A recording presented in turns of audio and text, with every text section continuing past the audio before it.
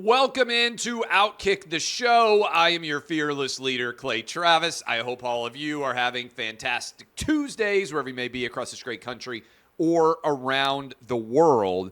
A lot of NFL reactions, as we do every single Tuesday. I'm going to react to all of the different stories that are out there from NFL action in Week 4. But also, I'm going to tee off on the Trevor Bauer story. And I think you guys are going to want to make sure that you listen to that. So all of that, I'm going to start with what is relatively not very serious stories surrounding what happened in NFL Week 4. And then I'm going to pivot into Trevor Bauer. That is going to be the totality of the show today. So let me start with the NFL, starting with the games that took place on Sunday. We already talked about the big win that the Lions got over the Packers, dominant. Congratulations to Lions fans as they sit at 3-1. That was the Thursday night football game. We had the early game on Sunday, the Falcons playing the Jags in London, and got to be honest with you, Desmond Ridder doesn't look like the guy for the Atlanta Falcons. And I don't know what Arthur Smith is going to decide to do, the Atlanta Falcons head coach. But to me, the biggest takeaway from this year is Desmond Ridder's not the guy. Now, I know it's early, and I know he finished last year, and they replaced Marcus Mariota, and he's a third-round pick, and they had a lot of faith in him. But they've got some good talent. They got Pitts at tight end, who I think can still be a freak if he can stay healthy. Bijan Robinson has played out of his mind. Drake London, I think, right, is the wide receiver. They got some good offensive weapons. Quarterback play is a mess. In fact, if you went and watched any of this game, I'm going in the box score because I want to make sure I get it right. Desmond Ridder threw 2 interceptions and could not really push the ball down the field. And, again, there are a lot of playmakers. Drake London, Kyle Pitts, Jonnu Smith now. I forgot that he was there. Bijan Robinson on the offense that should be able to make plays that so far haven't. Jags, look, you bounce back after a disastrous performance against the Texans at home.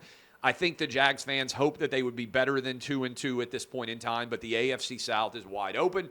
Everybody is 2-2, and the Jags, I think, should be considered the favorite because although C.J. Stroud is playing really well, and I'll get to him in a moment, I think Trevor Lawrence is the best quarterback in the AFC South. Bills, Dolphins. By the way, we had a good gambling week, and I'll have gambling picks for you every single week. Also, we're going to have a new OutKick-specific gambling show with me and an as-yet-to-be-named co-host that I think many of you are going to enjoy. My favorite game in terms of looking at the action, getting ready, I told you that I thought the Bills were going to beat the Dolphins. Both teams were the Dolphins were 3-0, coming off 70 points over the Broncos, and the Bills just took it to them. And the Bills are now 3-1. I think that Buffalo is as good, if not the best, team in the entirety of the AFC, not named the Kansas City Chiefs. Unfortunately, if you're not a Chiefs fan, I think it's going to be a long time till we sit around and say that the Chiefs aren't the best team in the AFC. But I love what I'm starting to see from Josh Allen. He's played phenomenally well the last 3 weeks, absolutely obliterated Tua and the Dolphins. We also shared, I did, from my Twitter account, Tua talking about his faith after the game. I'm not somebody who tells you what you should or should not believe on any issue, right? I'll tell you exactly what I believe. I've said before, I was raised in the Southern Baptist Church. I do find it incredibly interesting. The sports media in general wants athletes to speak out about things that have nothing to do with football all the time. And when they do so, if they ever say anything left-wing, they make it go viral. They turn it into a big story. If they say anything right-wing, they try to shut them down. They try to humiliate them. They try to embarrass them. They try to make there be consequences for saying those opinions. But Tua gave a really strong defense of his religion and explained why that allowed him to play well in his opinion. I shared that video. Nobody's going to touch it. Why do you want athletes to speak out all the time on things relating to nothing having to do with football? But when Tua actually speaks out and uses his platform to talk about how religion is an important part of his life, no one will talk about it, discuss it, or share it. I just want all of you to recognize what's going on there. But Bills get the big win. Bears fans, I don't know what to say. We got the cover because I had you guys plus 3.5, but you had a 21-point lead on the Broncos, who were also winless, and you allowed them to come back and score the final 24 points of this game. I feel like the Bears are going to clean house.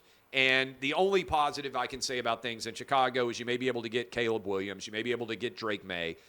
It feels like the Justin Fields era is over. I'm not sure whether Justin Fields might have success somewhere else, but allowing him to continue to play for the Bears feels like malpractice at this point. Bears have not won a game since October of last year. They've lost 14 in a row. I don't know what the record is for consecutive losses in the NFL. I can't remember. But it should be impossible for a team to lose 14 in a row. The Bears have managed to somehow do it. Congratulations to the Broncos getting the dub there. Ravens dominated the Browns. Biggest story that I've seen is that Deshaun Watson was cleared to play, didn't feel like he was able to physically go. And as a result, the Ravens just obliterated the Browns in a major division loss for the Browns as the star-crossed tenure of Deshaun Watson continues to look like a disastrous contract right now. Texans, best story, clear rookie of the year so far. C.J. Stroud's been incredible. C.J. Stroud has performed at a phenomenally high level. And I want to look and make sure that I get his stats right. Not a huge percentage passing number, but a lot of downfield throws. He's seeing the field very well. Over 300 yards passing. I don't think anybody in the Texans organization expected to be 2-2 right now. They blew out the Steelers. Kenny Pickett doesn't look like the answer right now. Steelers are a mess. Mike Tomlin, one of the best coaches in the NFL. I'm not sure even he can save this team. We'll see what happens going forward, but the Texans, one of 4 different AFC South teams that are all 2-2. Vikings finally got a win. Hallelujah, Vikings. I know the Twins are in the playoffs and they've lost whatever it is, 19 straight baseball games, 18, whatever it is. Seems like that should be physically impossible. The Vikings, I told you that I like Kirk Cousins and company. Go on the road, get the win against the Panthers. They did it. We got to cover there. Vikings, maybe can still feel like they're in the mix a little bit in the NFC North. If you're not sold on the Lions as a legit threat at 3-1, certainly the Bears are awful. And the Packers don't look very good. We'll see how things look as we come down the remaining 75% of the season in the NFC North. Rams get the overtime win. I think they were up 23-0 on the Colts, if I'm not mistaken. The Colts come back, tie the game, then the Rams come back and score and win in overtime. This felt a little bit like the performance, if you remember it, the year that the Rams won the Super Bowl when they went on the road in Tampa Bay, got a big, allowed basically a tie to happen, if I'm not mistaken, then a really big play down the field, passing between Cooper Kupp and Matthew Stafford, put the Rams back in the winner's circle there in their road playoff game against the Bucs back in the Super Bowl year for the Rams. Speaking of the Bucs, Baker Mayfield's playing really well. Let's be honest. Baker Mayfield, I saw the data, actually playing better than Tom Brady did last year in his final year with the Bucs in terms of getting rid of the ball, pushing the ball down the field. Bucs blow out the Saints. You had, Jameis Winston back on the field, I think, if I'm not mistaken. Baker Mayfield goes for 3 touchdowns, really impressive passer rating. Derek Carr came back, was not 100%, couldn't get the ball down the field, and so the Bucs get the win over the Saints. Eagles. I don't know why the Commanders didn't go for 2. You score basically, I think it was on the final play of the game in the fourth quarter. Remember, I was at the Titans-Bengals game, which I'll get to in a moment, watched it in person, so I didn't get to watch all these games on Red Zone like I ordinarily would if I were not sitting in the stands. The Eagles get the overtime win. Commanders score final play of the game. I don't know why they don't go for 2. Yes, you might have a 45% chance of connecting on that 2-point conversion play, but you're on the road. You're playing a superior team. I don't know why you would go to overtime there. I think that the Commanders should have gone for the win. I think Ron Rivera made the wrong choice. Stunned by what I saw in the Bengals-Titans game. I expected that the Bengals would come out and wreck the Titans like they have in the 3 prior Joe Burrow versus the Tennessee Titans matchups. I don't know that I'm ever going to get over the loss on the final play of the game for the Bengals' 50-plus yard field goal in the divisional round playoffs. Yes, I'm still bitter. Yes, I'm still angry. Yes, I'm still unhappy about that game. But something's rotten with the Bengals right now. I don't know what it is, but I watched this game in person. The body language of the Bengals, not good.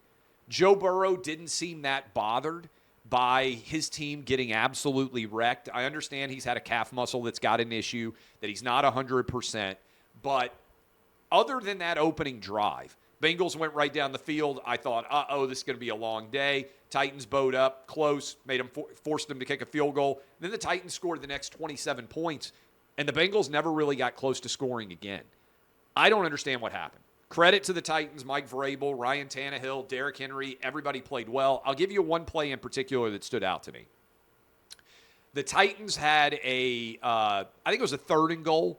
But they had no timeouts left, so they couldn't run the ball. And coming out of a timeout, they lined up with Derrick Henry and the Wildcat. Bengals justifiably, I think there was like 10 or 12 seconds left in the game. Bengals, Zach Taylor comes running down the sideline, calls timeout. Right decision. Okay, let's get everything in working order.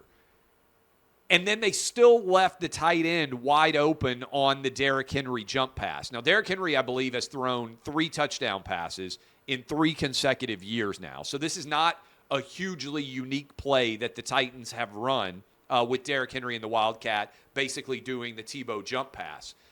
How do you not get set defensively to cover the tight end on that play? He was wide open. You and me and everybody out there watching this show right now could have also made that pass. Again, something's not adding up about the Bengals and the way they're playing. They took this beating, and they looked like they were fine with it. Something is rotten in Cincinnati. I'm not sure exactly what it is. A lot of people are pointing to Joe Burrow's contract, and they're saying, well,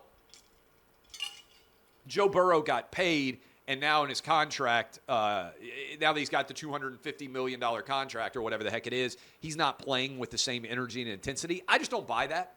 I don't think that you play a sport as physically punishing as football solely for the financial rewards. They're nice, but I don't think I work any less hard now that I'm rich than I did when I was poor. I think if you are driven to perform at a high level, the money is nice, but it's not the primary motivation under which you work, if that makes sense. And so I can't figure out what's going on. I don't buy the contract aspect. I know he hasn't been healthy, but it was just a very disinterested team. And when they got beaten, it didn't feel like they had any fight left. Again, I watched this game in person. That was my read. Chargers get a second straight win. They start off 0-2. Staley looked like he was on the ropes. They get the interception in the end zone against the Minnesota Vikings. Then they take control of this game against the Raiders in a division rivalry game. Chargers get the win, get back to 2-2. I think it's going to be hard to catch, certainly, the Kansas City Chiefs any year. But I do think the Chargers can feel a little bit comfortable given how bad the Broncos are and the fact that the Raiders, they just got that divisional win. This is the big takeaway. Cowboys, as I thought they would, obliterated the Patriots. Bill Belichick has, I think, killed any argument that he's the greatest coach in the history of the NFL. I think when he had Tom Brady, Bill Belichick was an incredible coach. But do you remember we had this argument for like a decade, and we would sit around and we'd be like, okay, who's more responsible for the Patriot dynasty, Belichick or Brady? I did sports talk radio for like a decade in a row. You could open up the phone lines and say, hey, react. Who's more popular and responsible for the success? Is it Belichick? Is it Brady?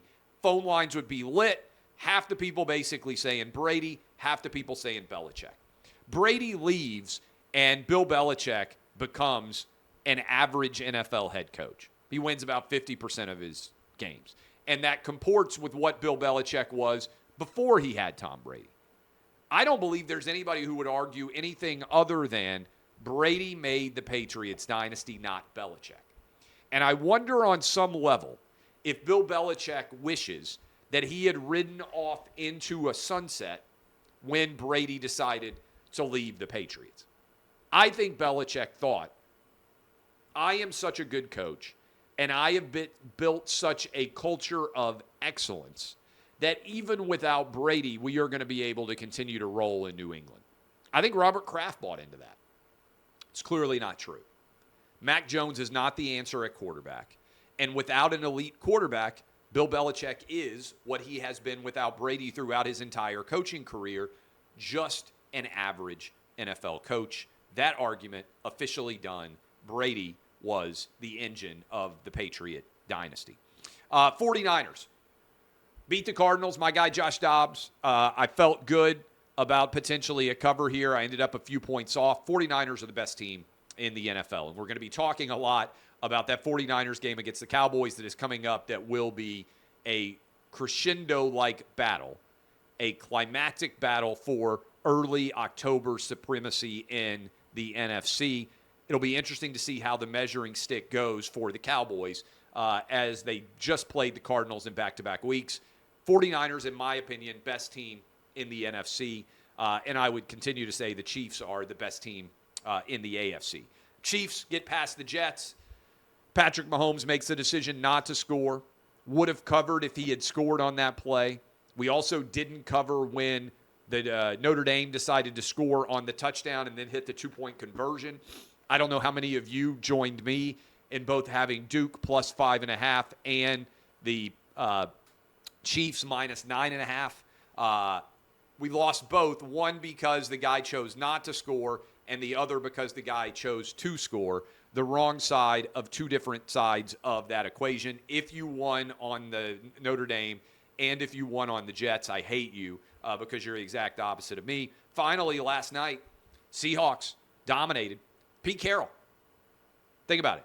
Is Pete Carroll the most underrated head coach in the modern NFL era? I think the answer is probably yes.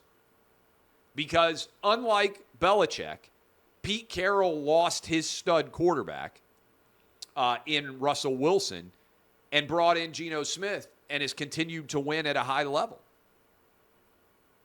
Seahawks vastly outperformed expectations last year. They continue to perform at a high level this year. Remember, they're the only team that has beaten the Lions so far. So Pete Carroll, I think, maybe the most underrated coach of his era. Debate, discuss, think about it. All right. That is all NFL Week 4. Tomorrow, all the college football gambling picks are up. I gave you 16 picks. I am headed on the road this weekend. I'm headed down to Aggieland. Cannot wait. Gig 'em. I'm going to be in the stadium for Alabama against Texas A&M. I'm going to have my family down there. I'm excited for that trip. Should be a big game. I'll break down all the college football for you, give you my gambling picks tomorrow. And then, like I said, we've got a special OutKick gambling show that is going to debut on Thursday that I think you guys are really going to enjoy, and we'll be breaking down everything having to do with both college football and the NFL. But I want to talk now about Trevor Bauer. And if you haven't yet watched the Trevor Bauer video, I would encourage all of you, as soon as I am finished talking today, to go watch the Trevor Bauer video.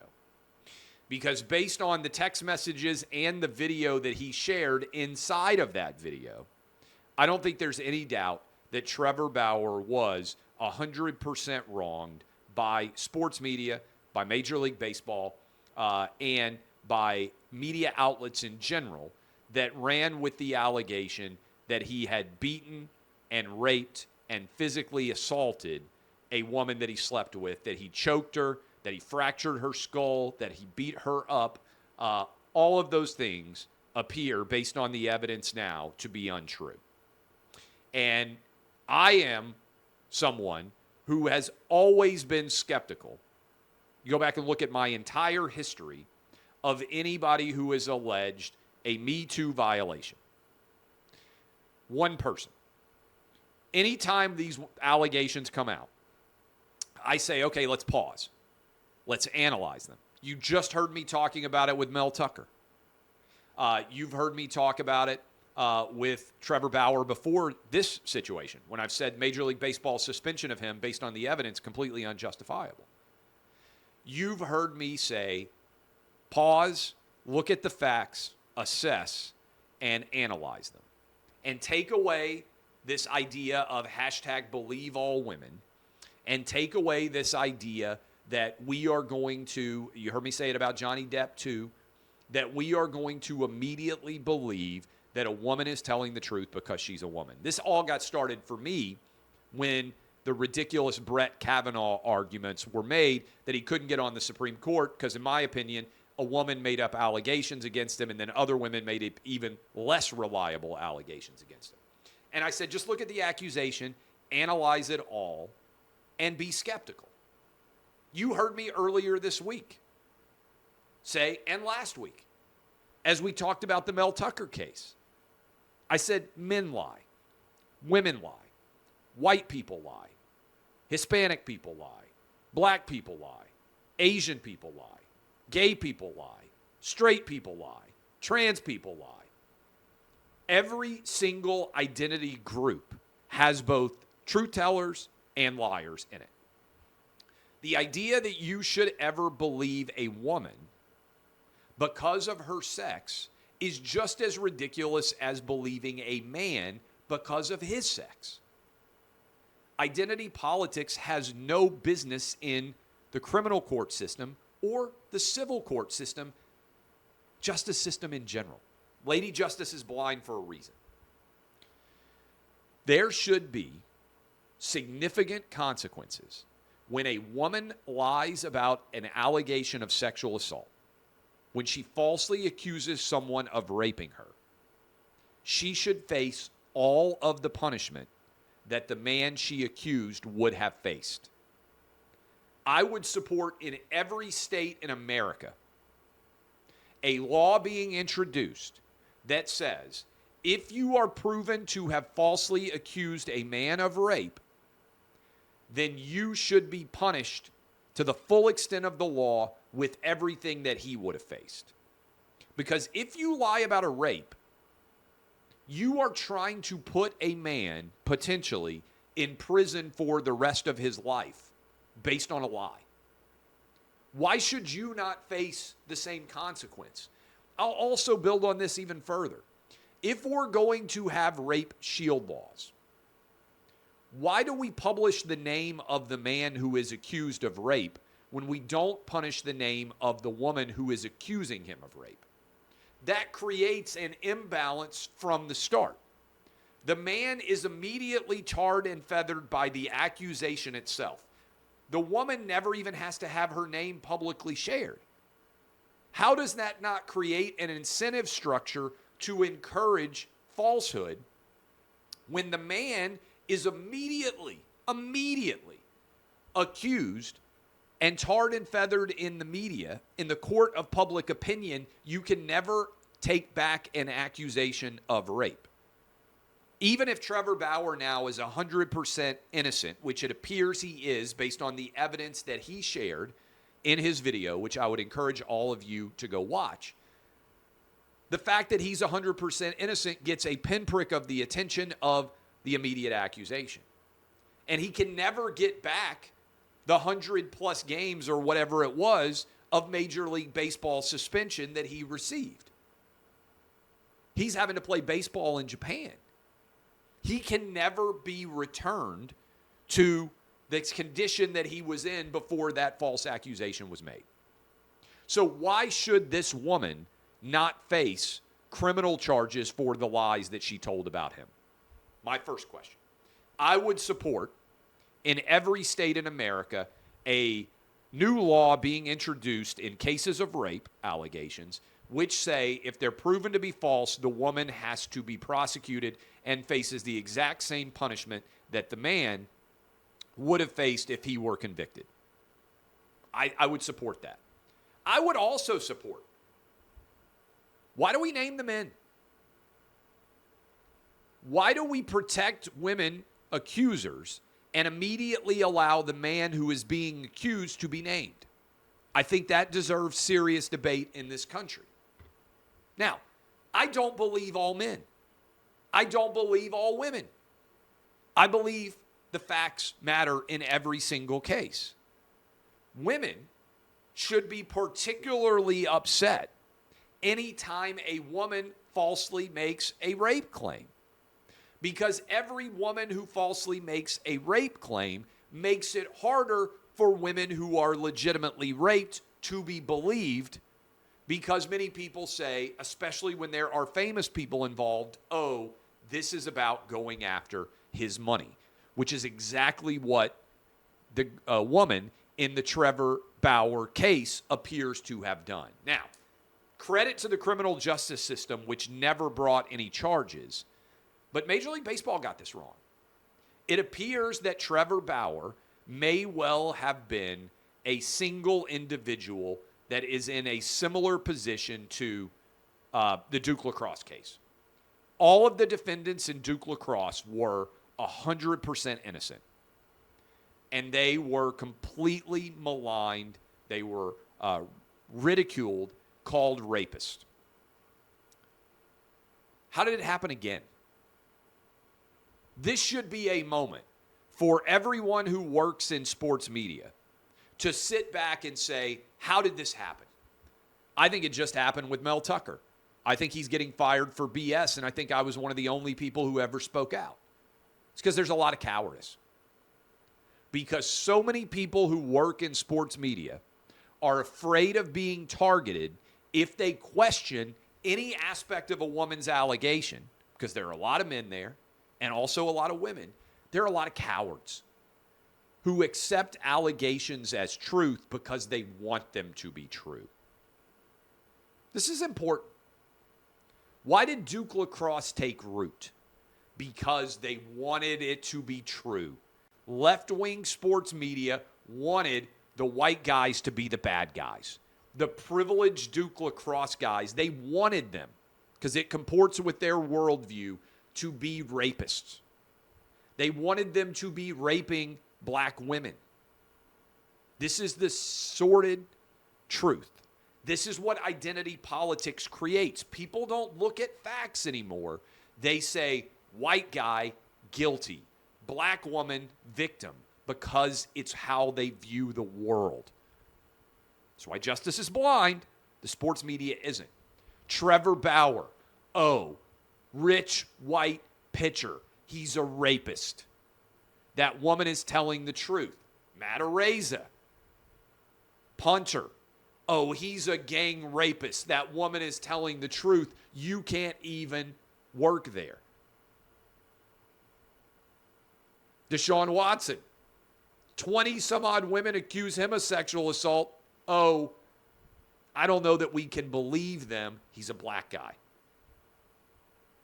Even though the black women were mostly alleging a crime against him, right? Identity politics governs how people respond to these cases. Now, your boy's unique.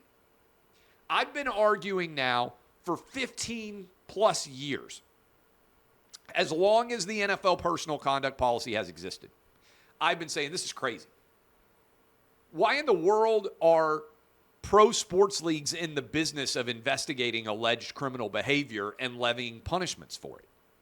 You go back and listen. Back in the day of Pac-Man Jones, back in the day of Tank Johnson, Chris Henry. Remember those guys? They were the malcontents. They were the alleged criminal behavior guys who led to the NFL personal conduct penalty process. I said this is going to end in a disaster. I said my position's pretty straightforward. If you're not in prison, you should be eligible to play for an NFL team or a Major League Baseball team or an NBA team. Now, you may not want those guys on your team, but individual teams should be able to make decisions about whether or not they hire anybody who's not serving time in prison. And I've made that argument for my entire professional career. That's an even-handed policy that applies to anybody, no matter what their background is. But I've also pointed out that the sports media hasn't subscribed to that position. And all you have to do to totally change the way sports media covers a story is just change the race. Like, time to kill style, right? And you're like, okay, what do you mean by that, Clay? Everything that has been alleged against Deshaun Watson is instead alleged against Josh Allen. What happens? An 11-game suspension? The biggest contract in the history of the NFL? The usual suspects doing identity politics would have lost their minds. They are allowing identity politics to dictate 100% how they respond to a story. My general position is one person or two people allege something, I'm skeptical. 20 some odd people, 30 people allege something, I tend to think it's more likely to have occurred. Tend to. Bill Cosby, the situation with Deshaun Watson. Now there's a lot of people alleging things against Russell Brand. The more accusers there are, in general, the more likely I am to believe in the truth of those allegations. But they're still just allegations. And until somebody is convicted of a crime, I think everybody should be eligible to play. Because if you're wrong, and it seems quite clear that everybody got it wrong on Trevor Bauer in the sports media that was demanding he be suspended. Guess who wasn't making that argument? Your boy. You can never unring that bell. You can never take back that allegation. You can never return the seasons that Trevor Bauer was not able to play in the Major League Baseball back to him. Now, this should be a time when there should be consequences. The sports media out there that led the charge to believe all women and demanded that Trevor Bauer be suspended should be held accountable for that. The organizations that wrote articles demanding that Trevor Bauer be suspended based on these allegations should have to publish articles saying, yeah, it appears we got it wrong. There should be consequences for the reporters and the members of sports media who got this wrong. Even if those consequences just are, hey, I'm talking to you guys, it appears that I got those wrong. That's a minimum. Everything that I get wrong factually, I come to you and I say, yeah, I got that story wrong. Or I got that fact wrong. That pains me because whether you agree or disagree with my opinions, they're only as good as the facts upon which they are based. And so just pay attention. ESPN going to apologize for all of their articles about Trevor Bauer that called him a rapist. The Athletic, which led the charge, going to apologize for all their articles that now are clearly false. Probably not. They're just going to pretend this never happened. You, as a consumer of media, should always remember it happens. Last night, OutKick, I'm out to dinner. I do Jesse Waters' show. I see that OutKick has what I think is a poor headline about the Trevor Bauer video. I'm literally out to dinner, and I text and say, hey, we need to fix this. I work all the time.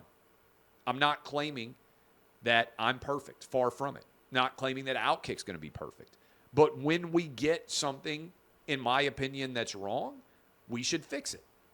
That's what honest people do. That's how I think an honest media should work. I'm accountable every single day for every opinion I share. And I would ask all of you to hold me accountable, but also to hold all the other media accountable. And over time, weigh who is being the most honest with you. Who do you trust? I'm not talking about whether you agree or disagree with my opinions. Like, I got 16 opinions on what's going to happen in college football this upcoming weekend. I'd love to go 16-0. The odds of that happening are low. Doesn't mean I'm not shooting for it. My opinions are often going to be wrong in the world of sports and politics and beyond. But are my facts wrong? Never. And if I do happen to get something wrong, do I come to you and say, hey, we could have done better on this? Hey, I screwed this up. Hey, I screwed up this fact. Yes, I do. I would just ask you how many people also do that. And what should the lesson be from this Trevor Bauer story? To me, if we lived in an honest American society, it would be pro sports leagues don't suspend based on allegations. If you want to suspend somebody, wait until there's a criminal conviction and then decide what the appropriate suspension should be. Pro sports leagues and colleges shouldn't be in the business of investigating criminal charges. That's common sense. It's actually a failure of process to allow it to occur. All of those things, I think, should be a lesson that comes out of Trevor Bauer. But guess what? We already have learned that lesson from Duke lacrosse.